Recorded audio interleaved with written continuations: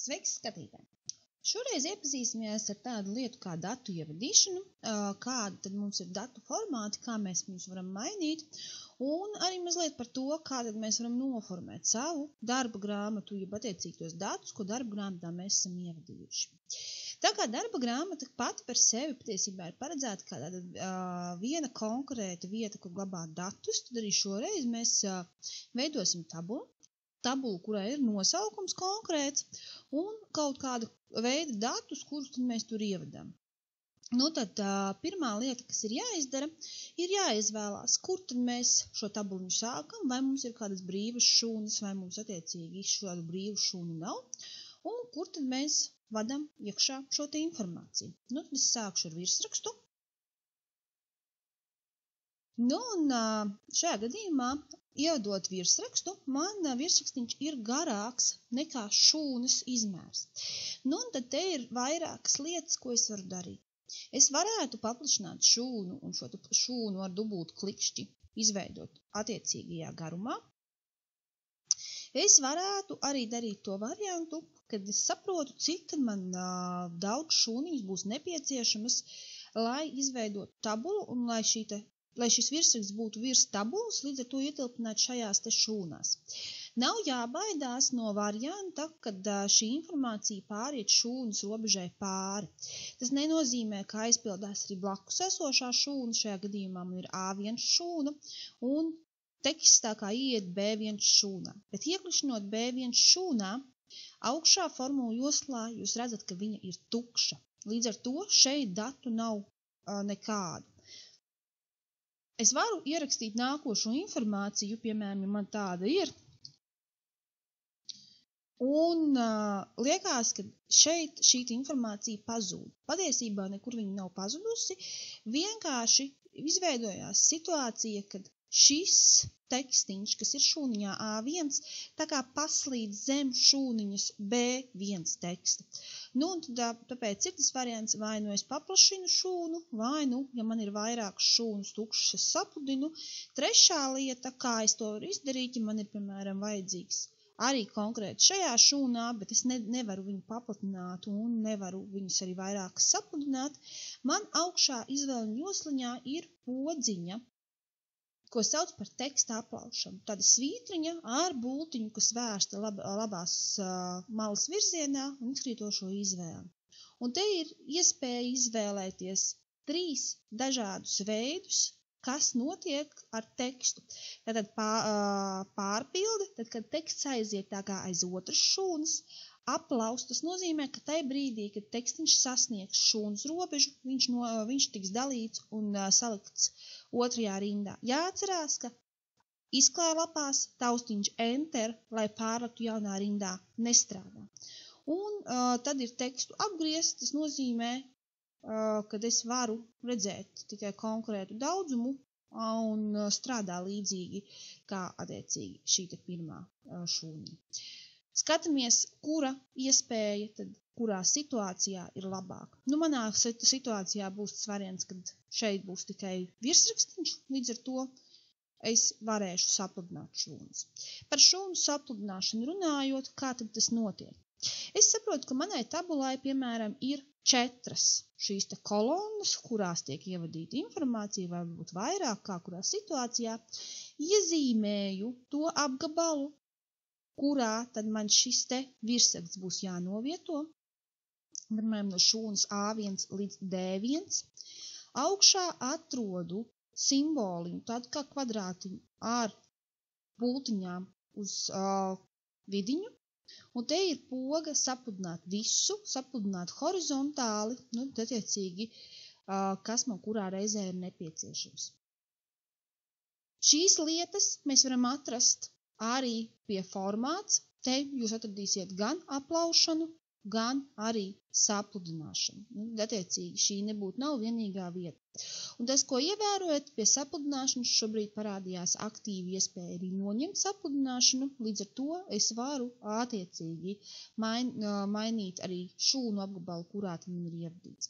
Sapludināšana, atceramies, strādā tajā brīdī, ja man ir aizpildīta viena šūna apgabalā, kuru es pludinu kopā. Ja jums būs vairākas, tad sapludināšana nestrādās. Nu ko, tad sāksim veidot tabulu un skatīsimies, kā tas strādā. Tabulas aizpildē, jeb attiecīgi datu ievedējs var izmantot burtus, ciparus, simbolus, kas man kurā reizē ir nepieciešams. Mazliet atšķirsies tas variantiņš, ja man ir jālieto attiecīgi šī te vērtība, kurā ir atdalošais komats. Tad, ja man tas viss ir tālāk jāizmanto aprēķinos, par to mēs parunāsim mazliet atsevišķi. Bet, lai izveidotu vienkāršu tabulu, nu tad skatāmies, ko mēs varam darīt. Manā gadījumā būs teksts, un manā gadījumā būs skaitliskās vērtības, un būs arī šīs te vērtības, kurās tad man ir decimālais.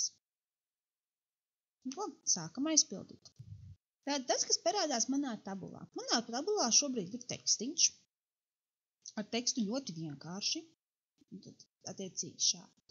Ar tekstu ļoti vienkārši.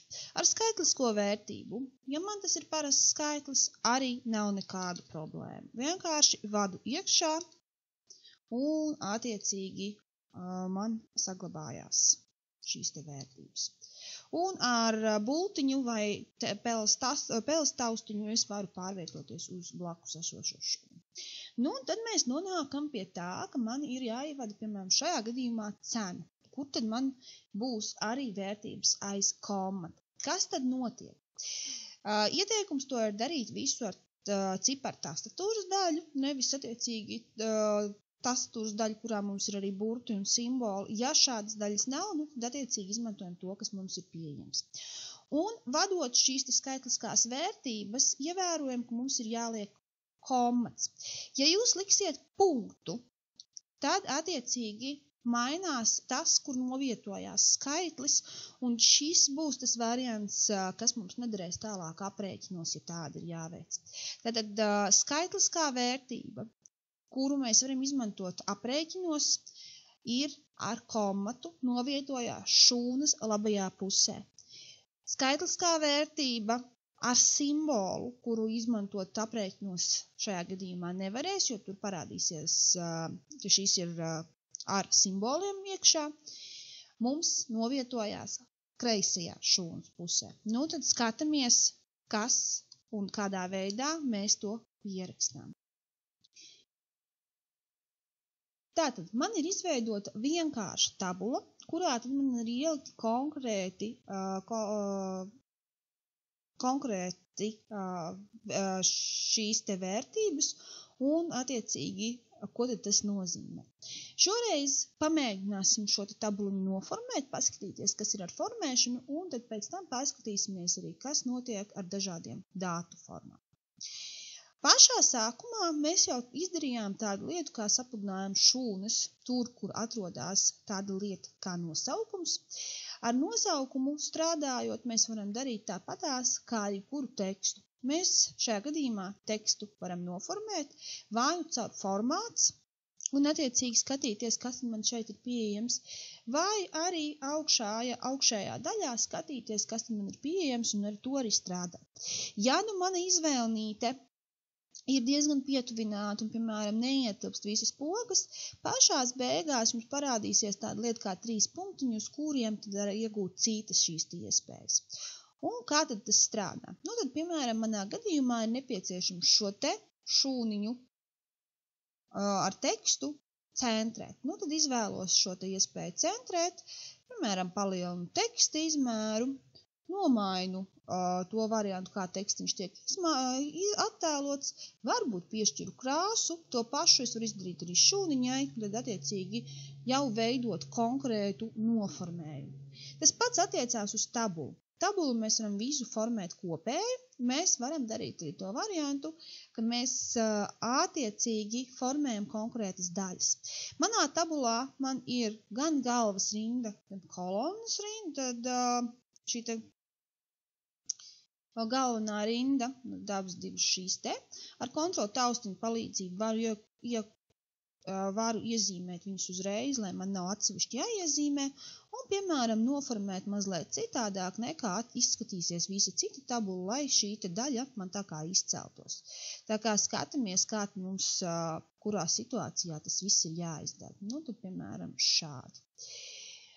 Un to, ko es varu izdarīt, es varu savām šūniņām piešķirt ne tikai krāsu, tekstam formējumu un skaitliskām vērtībām formējumu, bet es varu piešķirt arī tādu lietu kā apmali. Nu, tad attiecīgi man ir saucamā robeža, blakus krāsas mainītiņa, tāds kā kvadrātiņš, un man piedāvā, ko tad es vēlos formēt, varu izvēlēties arī krāsu, varu izvēlēties no piedāvātajām arī veidu, un attiecīgi noformēt, kā tad man tas ir nepieciešams. Nu, piemēram, man ir druscītiņi citādāks noformējums vienai daļai, un otrai daļai, nu, tad attiecīgi man šobrīd jau pieliku to formējumu, kur pieliku tur, un attiecīgi tālāk es jau varu strādāt tā, kā man tas ir nepieciešams.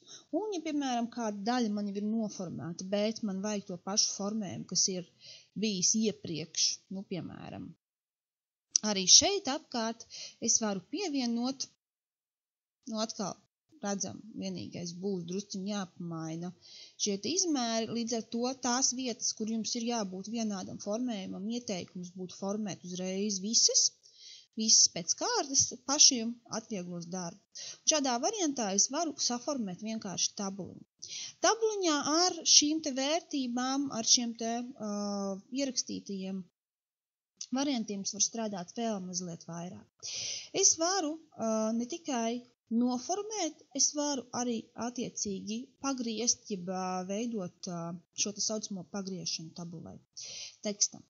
Un kā tad tas notiek, iezīmēju attiecīgās vietas, vai nu caur formāts un rotācija, vai nu arī augšā izvēlos teksta pagriešanu, un šeit ir iespēja gan iestatīt pašam skaitli, gan izvēlēties arī kādu no piedāvātiem. Un runājot attiecīgi par formatēšanu, par attiecīgi to, kā mūsu šūniņas izskatās un tā teksta ievadīšanu, vienkāršās lietas esam apskatījuši. Mazliet vēlāk apskatīsim arī tādu lietu, kas tad ir, ja es strādāju ar dažādiem datu formātiem, un kāda veida datus tad vēl es varu ievadīt. Veiksmīgu darbošanos!